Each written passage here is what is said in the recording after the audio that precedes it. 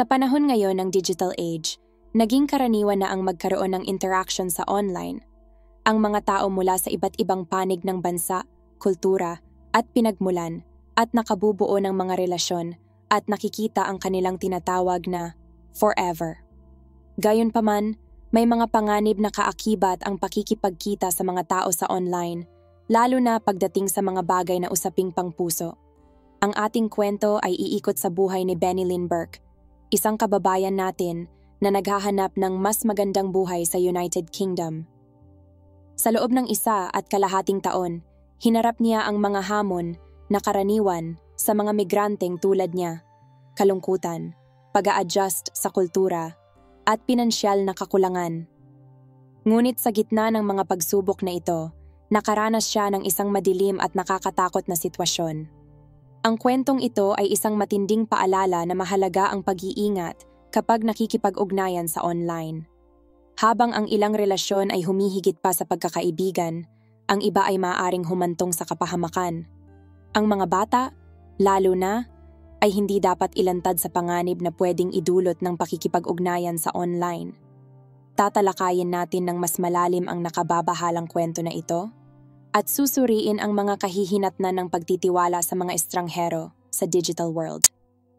Mula pagkabata, nagpakita na si Benny Lynn ng talino, pagiging masayahin, at mataas na pangarap. Sa edad na 19, nakilala niya ang isang mas nakatatandang lalaki na nagngangalang Lexington Burke sa isang dating site. Sa kabila ng malaking agwat ng kanilang edad, 40 taon ang tanda ni Lexington sa kanya, at nakatira sa United Kingdom, umusbong ang kanilang komunikasyon online. Kalaunan, ipinahayag ni Lexington ang kanyang pagnanais na makita ng personal si Benny Lynn. Naglakbay siya papuntang Pilipinas, kung saan nasaksihan niya ang mahirap na pamumuhay nito. Gayunpaman, hindi siya natakot sa pagkakaiba ng kanilang estado sa buhay.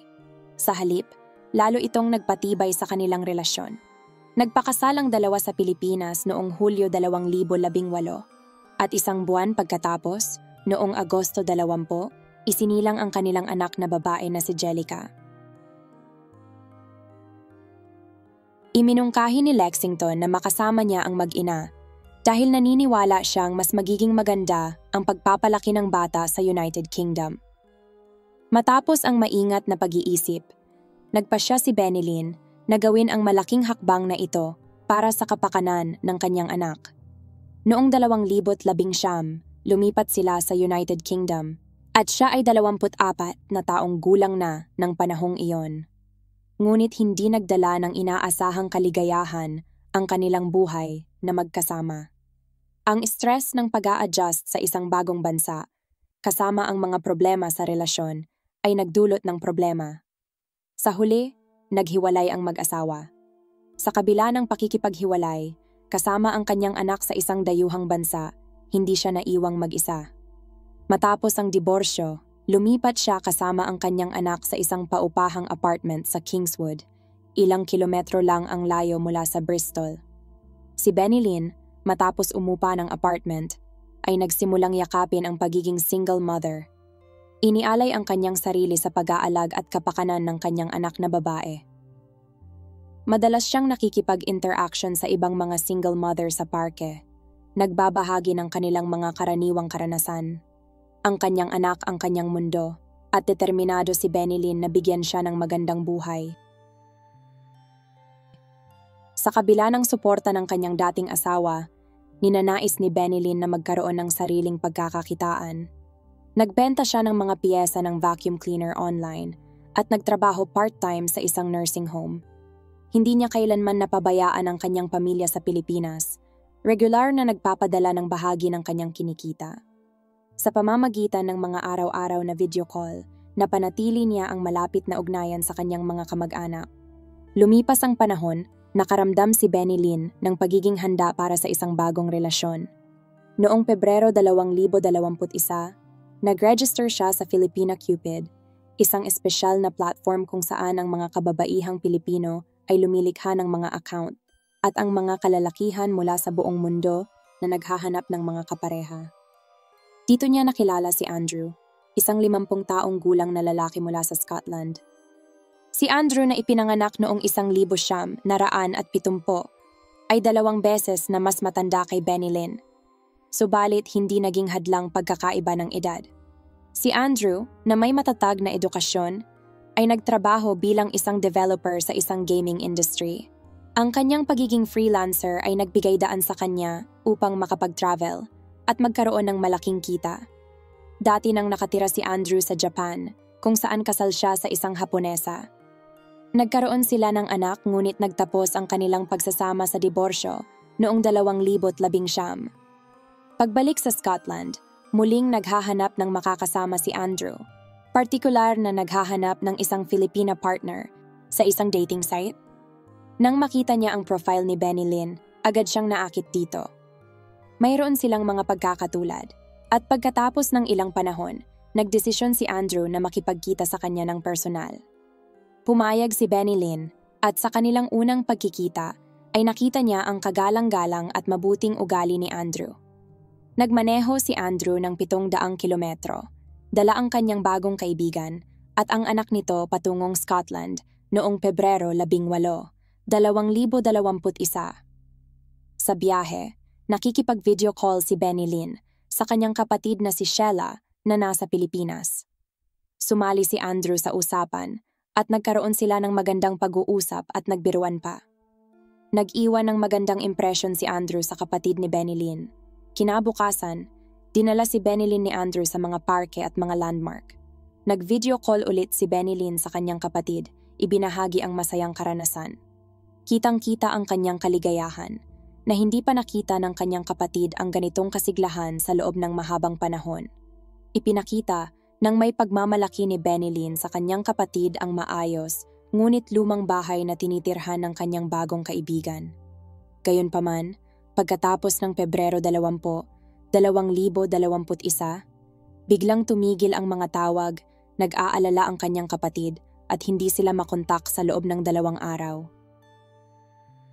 Sa loob ng 2 araw, hindi makontak ng kanyang kapatid si Benilyn, ngunit patuloy siyang sumubok.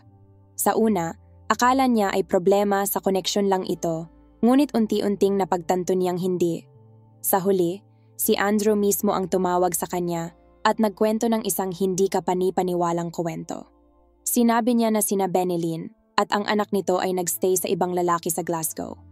Ayon kay Andrew, nagtatago si Benilyn sa kanyang ex-husband na si Lexington na gustong magkaroon ng kustodiya sa kanilang anak at ipa-deport si Benilyn pabalik sa Pilipinas.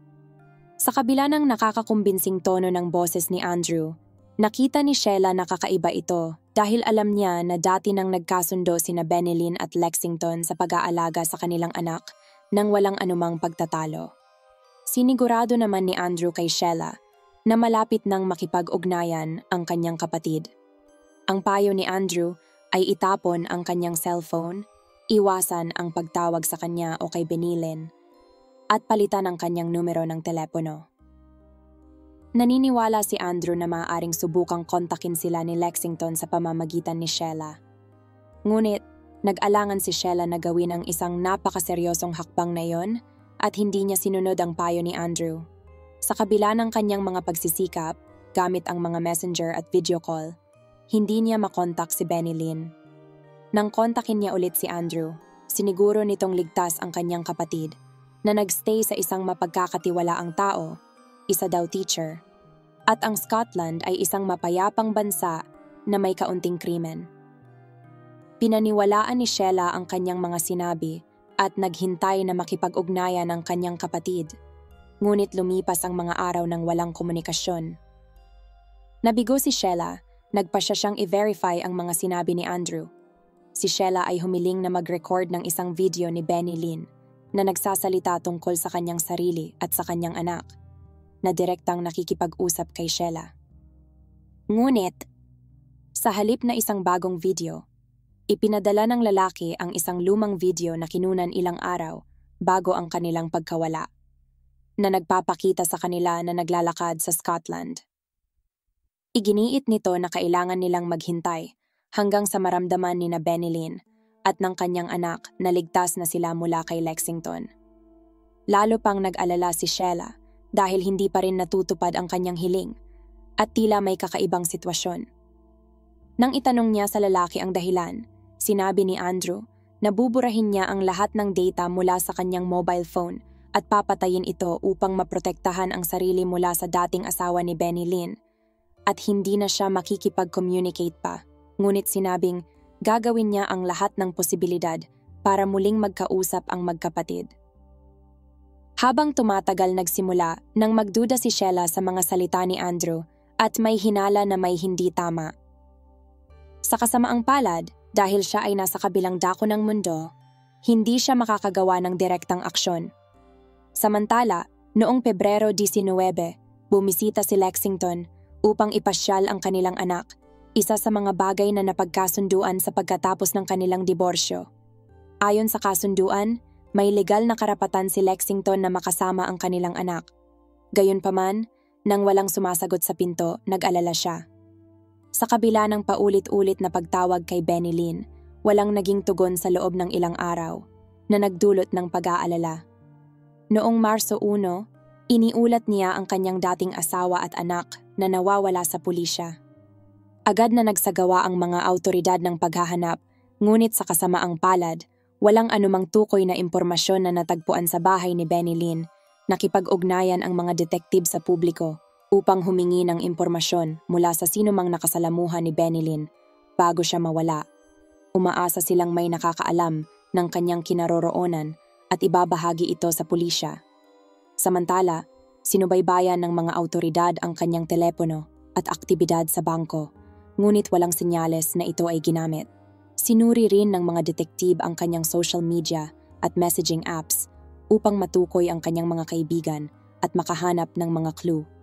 Noong Marso 5, nakakuha na ng sapat na impormasyon ang pulisya at nalaman na kamakailan lamang ay nakilala ni Benny Lynn ang isang lalaking dumalaw sa kanya.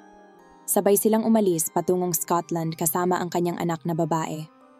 Ang huling lokasyon ng kanyang telepono ay sa Dundee, Scotland. Nagtungo ang pulisya doon at sinuri ang CCTV footage sa lugar. Nakita nila si Benny Lynn kasama ang kanyang anak at isang may edad ng lalaki. Malamang ang nakilala niya kamakailan sa website. Parehong silang kalmado na nagpapahiwatig na maayos sila at nag-e-enjoy lang sa kanilang oras. Nang matukoy ang kotse na sinakyan ng mag-ina, sinubaybayan ng mga detektib ang plaka nito at dinala sila patungo sa bahay ni Andrew Innes sa Tron Avenue sa Dundee. Kinumpirma nila na si Andrew ang lalaking nakilala ni Benny Lynn sa website at siya ang kasama ng mga nawawalang individual na nakuhanan ng kamera. Nang dumating ang pulisya sa kanyang bahay upang kausapin siya, tumanggi si Andrew na buksan ang pinto gamit ang dahilan ng lockdown dahil sa pandemya. Sinabi niya nakakalabas lang ng kanyang anak na babae sa banyo at ayaw niyang magkasakit ito. Ngunit ang mga paliwanag na ito ay tila hindi makatwiran dahil sa sitwasyon. Hinahanap ng mga investigador si Benny Lynn at ang kanyang anak at ang kanilang pangunahing layunin ay tiyakin ang kanilang kaligtasan.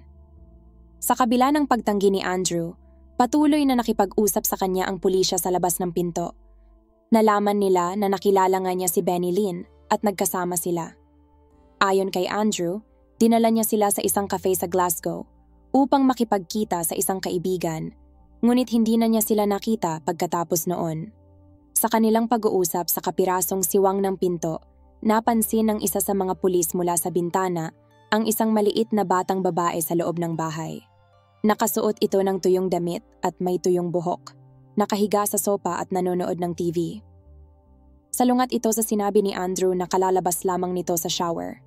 Tila ayaw lang papasukin ni Andrew ang mga pulis sa kanyang bahay. Kaduda-duda ang mga ikinikilos ni Andrew, kaya't pinilit siya ng mga pulis. Sa huli, nakapasok sila sa kanyang bahay. Nakakabahala ang nakitang kalat, mga gamit sa kusina, kasangkapan, mesa, at pinggan ay nakakalat sa hagdan, at ang mismong kusina ay nire-renovate, may mga hukay na sahig. Naglalagay ng bagong tiles si Andrew. Nang tanungin ng isang detektib ang batang babae kung anak siya ng may-ari ng bahay, itinanggi niya ito. Lalo itong nagpalala sa mga alalahanin ng mga awtoridad. Patuloy nilang kinuwestiyon si Andrew. Binibigyang diin ang pangangailangan na makontak si Benny Lynn para malaman kung ito ba ay ligtas sa kapahamakan. Sinabi ni Andrew na hindi niya ito makontak, kahit na sinubukan na niya. Hinihingi ng pulisya ang detalye tungkol sa lalaking sinamahan ng Benny Lynn at ng kanyang anak, sinasabing nagsisimula na silang mag-imbestiga sa pagdukot at posibleng pagpatay. Lalong kinabahan si Andrew, ngunit walang maibigay na impormasyon. Sa huli, nag-breakdown siya dahil sa pressure. Ayon kay Andrew, nag-away sila ni Benilyn at hindi sinasadyang napatay niya ito. Nakatago ang kanyang bangkay sa ilalim ng sahig ng kusina. Nang tanungin ng pulisya kung nasaan si Jellica, ang anak ni Benilyn, sinabi niya na kasama nito ang kanyang ina at ang batang babae sa sofa ay ibang tao. Matapos ang pag-amin, inaresto si Andrew at maraming gamit mula sa bahay ang kinuha bilang posibleng ebidensya. Ang operasyon sa pagkuha ng mga bangkay sa ilalim ng sementadong kusina ay tumagal ng 2 linggo at mahirap na gawain. Tunay nga na nakalibing doon ang mga bangkay ni Benilyn at Jellica. Sinubukan ni Andrew na i-cover up ang krimen sa pamamagitan ng paglalagay ng bagong tiles, ngunit hindi niya natapos. Sinuri rin ng pulisya ang mga communication device ni Andrew at natuklasan na nakasubscribe siya sa ilang site ng mga kababaihang Pilipino. Specifically ang kanyang interes, mga single mother na edad 20 hanggang 30 na aktibo niyang kinakausap. Sa pagsusuri sa kanyang pakikipag-usap kay Benilyn, nakita nila na ilang beses niyang sinubukang lokohin ito. Nag-alok ng mataas na trabaho o nagkunwari bilang kaibigan, hanggang sa tuluyan siyang nagtagumpay. Kinumbinsi ni Andrew si Benilyn na siya ay isang maayos at mayamang lalaki na kaya siyang alagaan at ang kanyang anak. Si Benilyn ay labis na nagtiwala at hindi nagduda sa anumang panganib. Hindi siya nagdala ng kahit anong gamit, kahit na damit na pamalit. Malamang akala niya ay maikling lakad lamang ito at hindi magdamag. Natuklasan din sa mga gamit ni Andrew ang ilang nakakatakot na mga search query tungkol sa paggawa ng krimen at chloroform. Nag-research pa siya kung paano itago ang isang bangkay.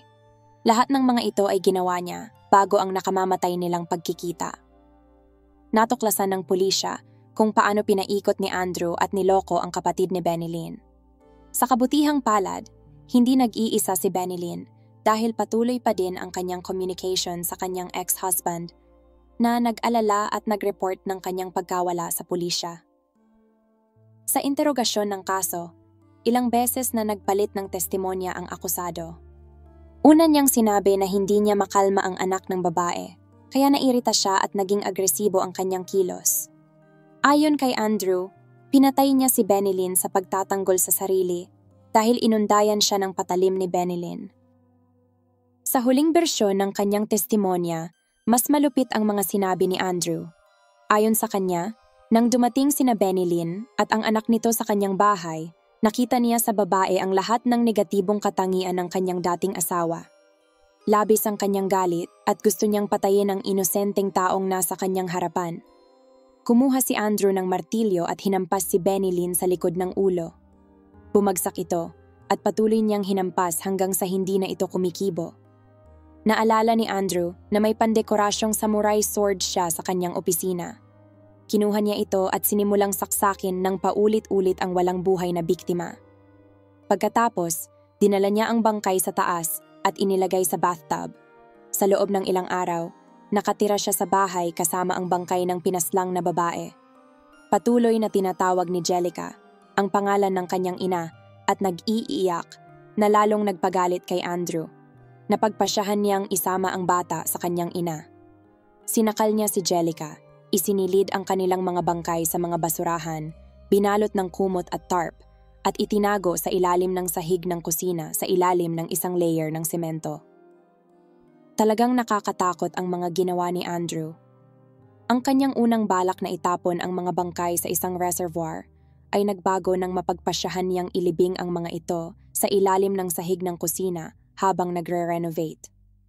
Ipinahayag ng mga autopsy na si Benilyn ay nagtamo ng malubhang pinsala sa ulo at saksak sa dibdib habang si Jellica ay namatay dahil sa pagkasakal. Ang pagkadiskubre sa 7 taong gulang na babae sa bahay ni Andrew ay nakagugulat din. Ang bata pala ay kinidnap niya at nakakulong sa loob ng halos 2 linggo at ginagawa ng kahalayan. Sa inspeksyon sa bahay, nakakita ang mga opisyal ng isang improvised na kama sa sala na nilagyan ng mga malalambot na stuffed toy kung saan natutulog ang bata. Kinumpirma ng kanyang pahayag ang malungkot na katotohanan ng sitwasyon. Ang kasong ito ay isa sa mga pinakamalupit na nahawakan ng lokal na pulisya. Idinagdag pa ng bata na ginawa ni Andrew ng kahalayan ang batang 2 taong gulang noong ito ay nabubuhay pa. Ipinupusas daw nito ang mga kamay ng bata, nilalagyan ng medyas ang bibig, saka isinasagawa ang kahalayan. At buong detalye ng mga kwento ay nagpagimbal sa mga awtoridad at itinituring na pinakamalalang kaso na kanilang nahawakan. Ang mga kapitbahay at kakilala ni Andrew ay nagulat sa mga nakakatakot na pangyayari. Inakala nilang siya ay isang normal na tao, medyo may pagkatahimik, ngunit wala namang kakaiba. Ang tanging kakaibang napansin nila ay ang kanyang pagkahumaling sa kalinisan. Ang pamilya ng mga biktima at ang kanyang dating asawa ay labis ding nasindak sa mga hindi makataong ginawa ni Andrew. Hindi lamang niya inakit ang ina at anak na babae sa kanilang kamatayan, kundi pinahirapan at ginawa ng kahalayan ang batang babae. Mahirap maintindihan kung anong klaseng halimaw ang makakagawa ng ganitong mga gawain. Natuklasan ng mga detektib ang mga nakakapinsalang ebidensya sa bahay ni Andrew. Isang malaking martilyo, posas, medyas, lahat ay may DNA ng mga biktima at ng salarin. Pinatunayan nito ang nakakatakot na salaysay ng batang babae. Karagdagang investigasyon ang nagpakita na binili ni Andrew ang mga bagay na ito 1 linggo bago ang trahedya, na nagpapahiwatig ng pagpaplano. Noong Pebrero 2023, nagsimula ang paglilitis ni Andrew Ines. Ipinahayag ng prosekusyon na ang kanyang mga aksyon ay sinadya mula sa simula. Partikular niyang pinuntirya ang single mother na si Benilyn. Alam na malayo sila sa mga kamag-anak at walang maghahanap sa kanila. Ang kanyang paghahanda para sa maitim na balak ay kinabibilangan ng pagkuha ng lahat ng kailangan niya ng maaga. Paulit-ulit na sinubukan ng lalaki na akitin, hindi lamang siya kundi pati na rin ang iba pang mga biktima. Sa wakas, nagtagumpay siya. Naniniwala ang taga-usig na ang tunay na target ng pagdukot ay hindi si Benilyn, kundi ang kanyang anak na babae. Sa simula, plano niyang patahimikim ang ina upang magkaroon ng walang hadlang na akses sa bata. Ngunit iginiit ng depensa na ang salarin ay nasa isang baliw na estado noong oras ng krimen, na sinasabing hindi niya alam ang kanyang mga aksyon at kailangan niya ng psychiatric na tulong sa halip na pagkakakulong. Hindi sumang-ayon ang prosekusyon na binanggit ang pagiging maingat ng kanyang mga aksyon. Sumailalim si Andrew sa isang psychiatric na pagsusuri na nagpakita ng mga naunang diagnosis ng autism spectrum disorder, obsessive-compulsive disorder, at Crohn's disease. Sa kontekstong ito, sinabi niyang uminom siya ng dobleng dosis ng mga steroid na gamot na pinaniniwalaan niyang nagdulot ng mga guni-guni. Sa kabila ng kanyang pahayag na siya ay nasa ilalim ng impluensya noong pagpatay, hindi sinang-ayunan ng psychiatrist ang kanyang kwento. Ayon sa espesyalista, sa isang estado ng psychosis, hindi niya magagawa ang mga normal na aktibidad nang hindi nakakakuha ng pansin. Dahil dito, siya ay itinuring na matino at karapat-dapat na humarap sa paglilitis. Inakusahan ni Andrew ang batang babae na kanyang ikinulong sa kanyang bahay ng pagsisinungaling. Sinabi niyang hindi matino ang isip ng bata at inimbento lamang nito ang buong kwento ng pang-aabuso. Iginiit na hindi niya kailanman sinaktan ang bata o si Jelica. Gayunpaman, natuklasan sa mga pagsusuri ang ebidensya ng karahasan sa parehong biktima, kabilang ang DNA ng akusado. Dahil dito, walang naniwala sa kanyang mga salita. Sa kabila ng pagtutol ng akusado, napagpasyahan ng hurado matapos ang deliberasyon na siya ay nagkasala sa lahat ng mga paratang. Kasama sa mga paratang na ito ang planadong pagpatay kay Benilyn, ang pang-aabuso at pagpatay sa kanyang anak na si Jelica, at ang pagkulong at pang-aabuso sa isang 7 taong gulang na batang babae na natagpuan sa bahay ni Andrew. Si Andrew ay hinatulan ng habambuhay na pagkakakulong na may posibilidad ng parol, matapos magsilbi ng 36 na taon. Bagaman nag-file siya ng ilang apila, lahat ng ito ay tinanggihan.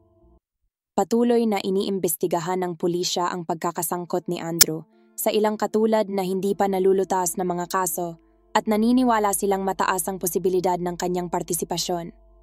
Gayunpaman, Itinatanggi niya ang lahat ng ito.